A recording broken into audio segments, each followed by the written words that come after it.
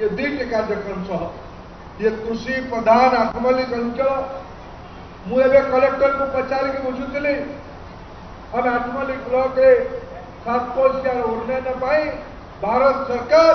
100 कोटी अधिका टंका अनुदान देइछन्ति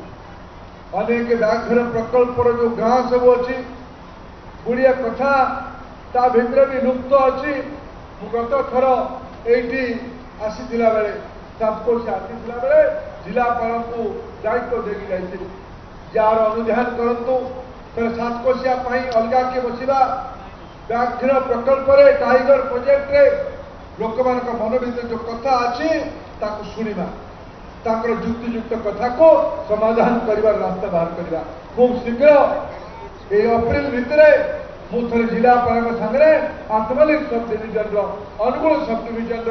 टाइगर प्रोजेक्ट जो अफेक्टेड अंचल अच्छी जिलापाल महोदय तार मीटिंग को आयोजन करेंगे मुझे निजे रही अंचल गरीब गुरुबाक अपेक्षा भी शुणा।